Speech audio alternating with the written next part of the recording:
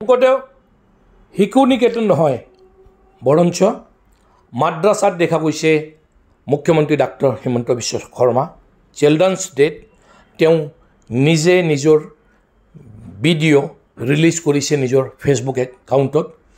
তাত তেওঁ মাদ্ৰাছাৰ তালিবৰ লগত কথা পাতি আছে, তেওঁলোকক হেলিকপ্টাৰত নিছে, উঠিব দিছে, ভাৰ্চুৱেলি খেলি আছে কণ কণ শিশু সিহঁতৰ লগত। তাত মুখ্যমন্ত্ৰী ডাক্তৰ হিমন্ত বিশ্ব শৰ্মাৰ এই ভিন্ন ৰূপ প্ৰায় আমি তেখেতক এতিয়া ৰাজনীতিৰ পথাৰত চাওঁ যে তেওঁ সদায় হিন্দুত্ববাদী কথা কয় বা তেখেতক কট্টৰ হিন্দু বুলি কোৱা হয়, মুছলিম বিৰোধী বুলি ভাবে কিছুমানে।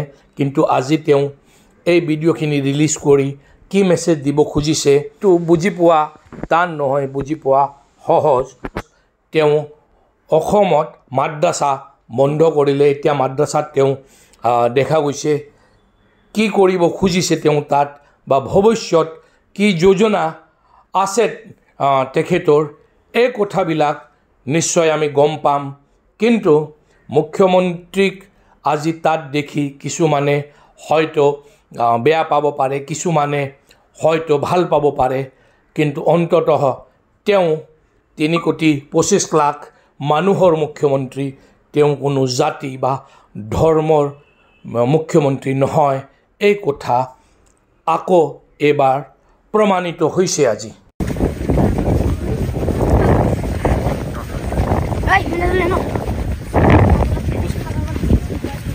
গুৱাহাটী দেখিছোঁ,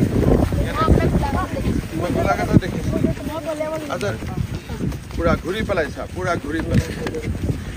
ফটো চোৰ হেলিকপ্টাৰৰ লগত ফটো ভাল কৰি চা, অলপ উঠি চাব ইচ্ছা আছে নেকি?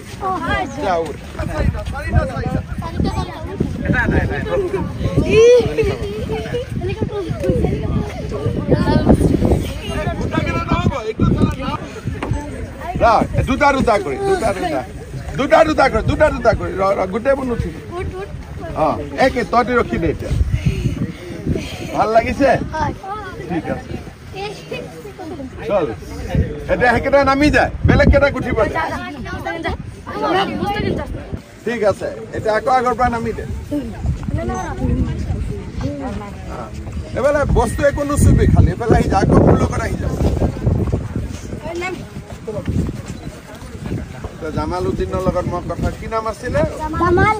জামালুদ্দিন চাহাব। তোৰ হৈ গ'ল, একবাৰ উঠিলি, তো দুইবাৰ নহয়, যিকেইটা উঠা নাই। এতিয়া এইফালে যিকেইটা উঠিলে এইফালে, যিকেইটা উঠিলে এইফালে লাষ্টত উঠি যা, এবাৰ এই গোটেইকেইটা যদি একবাৰ উঠিছ। এই বাচ্ছাটোতো ইটো মাদ্ৰাছাত নাই, তহঁতি মাদ্ৰাছাত আছ নেকি? এই বাচ্ছাকেইটা আছে নেকি? ইয়াক ডিচিপ্লিন কৰাই তহঁতৰ ফটোটো মই পঠাই দিম।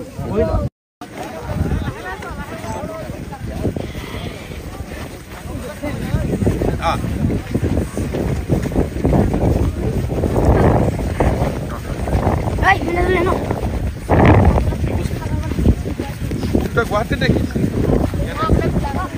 গোলাঘাটত দেখিছোঁ, আচ্ছা পূৰা ঘূৰি পেলাইছা, পূৰা ঘূৰি পেলাইছা।